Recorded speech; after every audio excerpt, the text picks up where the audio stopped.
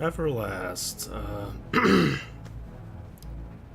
Everlast released a new album. Everlast is a rapper, blues singer, country singer, formerly of the group House of Pain, which was a fairly big group back in their day. Had a few hit songs, and they broke up sometime. Everlast also had some solo career.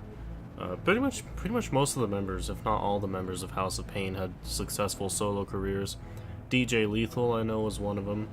He would later go on to work with Limp Bizkit, so you can tell where his career went. Everlast kind of did his own thing. He still did rap music, but he blended it with blues and country and rock and stuff like that. And as his career progressed, he started to magically age quicker than anybody I have ever witnessed before. From the time he released What It's Like, his voice was still sounding alright. Now we're in this modern age and he looks like he's pushing 60 at this point, and he sounds like he smoked so many menthols throughout his life that there is no voice anymore. Like my voice, with the rasp that it has right now because of a cold, my voice sounds much better than that, and it's already starting to go out. But anyway, I'm gonna get some water. I guess I don't have any water in this. Okay, I'm going in dry. Going in dry, people. Okay, so this new Everlast album called House of Pain. Get it? You know, I thought we'd be getting hip-hop Everlast back because he did preview that one track, which I already forgot the name of. And, truth be told, the first 3 tracks on this album aren't that bad. They just don't build up hype at all. The rest of this album, I'm sorry to say, is just kind of the same thing. It's Everlast doing the blues again. Whitey Ford does the blues part 2. And I'm gonna say it right now, blues is not my favorite genre. In fact, I despise blues quite a bit. But Everlast in the past has managed to make blues somewhat listenable to me. Here, however, I don't really care. I mean, on one hand, you have a guy who clearly has experience with this style and has made good songs with it, like White Trash Beautiful, and he's incorporated hip-hop things with that style, like I Get By. His vocals perfectly suited as well. The rasp in his voice doesn't sound that bad when it befits the music. It actually sounds really good. It has grit to it. It has some rawness to it. You actually do kind of feel what Everlast is talking about in some respects because his voice is just kind of good for the environment that the music sets up. Here on this album, we just get kind of the same thing, but we don't really get anything new. Everlast just made an album, and that's it. It's just an Everlast album. And I'm not gonna lie, I didn't necessarily like Everlast ever, but Love, War, and the Ghost of Whitey Ford was alright. I'm gonna give it that. It was alright. It was a bit too preachy, and on this album it does get pretty preachy, but I really have nothing to say. There are good hip-hop moments, but there are also bland hip-hop moments, and when I listen to those bland hip-hop moments, I look at the good hip-hop moments and then I realize this is something that so many rappers have done so much better, and so many producers have done so much better. I don't think that there's gonna be a more non-essential release this year than this new Everlast album.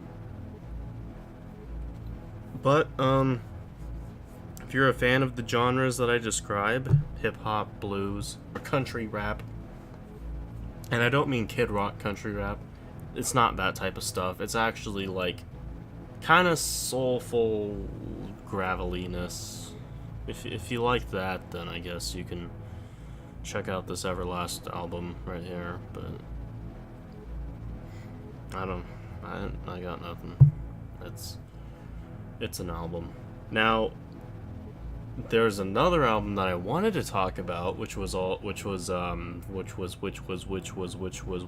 Tangerine Reef by Animal Collective. I actually have some things to say about this album, surprisingly. I kept notes just so I could talk about this, because I actually cared enough to listen to the whole album before doing a review of it. But anyway, this Animal Collective album, I wanted to review it when the day it came out, and I took all these notes the day it came out as I was listening to it. Fairly new to Animal Collective. Like, I listened to Merryweather Post Pavilion like once or twice because that's like the essential Animal Collective album. And I also listened to one of Panda Bear's solo albums, which was Panda Bear Meets the Grim Reaper. And I guess the one thing I should say about this album before actually reviewing it is that initially it wasn't supposed to be just an audio album. It was supposed to be like it was supposed to be an audio-visual album. Kind of like the visualizer for MGMT when they released their self-titled way back when, except this is kind of the main format of it. Animal Collective and Choral Morphologic make Tangerine Reef, and basically what Choral Morphologic does is they provide the visuals while Animal Collective understandably produces the audio. Now, in the case of the visuals, because I kind of have to review these things separately, they don't really have much connecting each other. It's basically like a long music video, except for an album. But visual-wise, I gotta say there's some pretty good stuff here. The wonder of it might wear off over time, but basically what Choral Morphologic does, or what they always do as an art collective, or art duo I should say, is that they grow coral inside these little tanks and then they take photography of it, and it's like really high resolution photography, and it's just really good. I might steal it for some of my video backgrounds, I don't know. But their work here is obviously well done. I mean, it doesn't necessarily wow me. It's initially psychedelic, I'll say that. Like, it's a tier 2 for when you're getting into psychedelic music or psychedelic imagery. They do their job well. It complements the music. And in turn, what Animal Collective does is that the music complements the visuals. Now, what I mean by that is that the songs, they actually have this atmosphere about them, like you're underwater. Like, you're in the water with the coral, seeing these things close up to your eyeball, and the water's rushing around your ears. That's what these songs sound like. You can still hear the music, and there are still clear things. Not everything is all muffled and distorted. It's all pretty clear, but it's just a bunch of like droning, bubbling things going on that really put you in the experience if you're sitting down and you have a free hour or two or an hour and a half and you just want to watch choral all day. Both things connect together and they perfectly complement one another, so I guess objectively this album is a success for both teams involved. For me, they're not really attention-grabbing, as I said before, but if you're a National Geographic fan at the very least, you'll be enthralled. And while the songs do give that atmosphere, musically they're not very spectacular. Okay, so before I get into like the composition of all of the songs themselves, I gotta go over the release history. So Hair Cutter was the first and only single, I think, that released for this album, and it takes up the slot of the first track on this album, so going into familiar territory right as you start the thing if you've heard Hair Cutter before. All I really knew about this album's existence initially was that Fantano reviewed Hair Cutter and said it was some boring drone stuff. Yeah, his opinion is retarded. He said it sucked, I liked it, his opinion's invalid. However, there's a problem though, because Hair Cutter's coincidentally the only memorable song on this album that I can actually recite. Okay, for people who don't know, Animal Collective is made up of Avi Ter, Deacon, Geologist, and Panda Bear, so 4 people. If you've heard Panda Bear's solo stuff, you know that he's more of a pop-oriented person, like percussion, synth, etc., and he has a great voice to back that up as well. His solo stuff is easily the biggest influence, or I should just say Panda Bear himself as an artist is one of the bigger influences that have led me to like Animal Collective. Take him out of the equation and you have the 3 remaining members. For one, there are like no percussions whatsoever. His vocals aren't even contributing to this thing. It's Avi Ter doing the vocals. Oh my god, I would prefer Panda Bear so much over Avi Ter. Like halfway through the album, I actually got sick of Avi's voice because it just kind of has this nasally thing to it, and plus it has the same effects on every single song. I get consistency within an album, but at least change it up a bit, Avi. And he just does like non-rhythmic singing a lot of the times, and the reverb is always on his voice, and sometimes he raises his voice to where he's almost yelling, and it's it's rather hilarious sometimes. He always seems like he's straining as well, and yet with all this kept in mind, the vocal performance by Avi Ter is not even very inspired at all. Like, how do you somehow sound bored when you're trying to juggle all of these things in this album? The songs themselves are very drone-based, and like I said, no percussions whatsoever, no memorable synth leads, no upper paced, upper beat, upper paced, upper higher toned, whatever you want to call it. It escapes my head right now because this album just, like, even remembering this album sends me into a scramble because I don't know what to say without just saying, Gah! Everything just kind of drones along. That is this album. Now, if you like drone music, you're probably going to like this and have some unique standouts to it because it's not just drone as in it keeps a single tone throughout a whole song with some minor alterations throughout. No.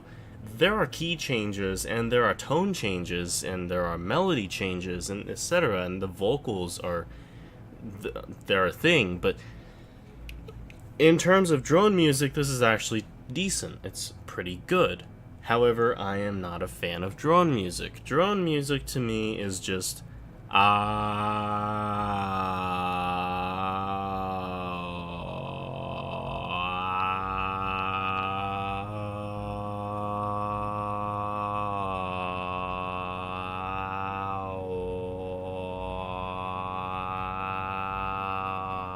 Now, there are exceptions when it comes to drone music for me, because just like black metal, it's best when it's combined with other things, like Slowdive's Pygmalion, for example. But it combines shoegaze with drone in a really good way, and actually probably inspired a lot of the shoegaze and drone blends that you see on Bandcamp nowadays. But otherwise, it's just too much for me on this album.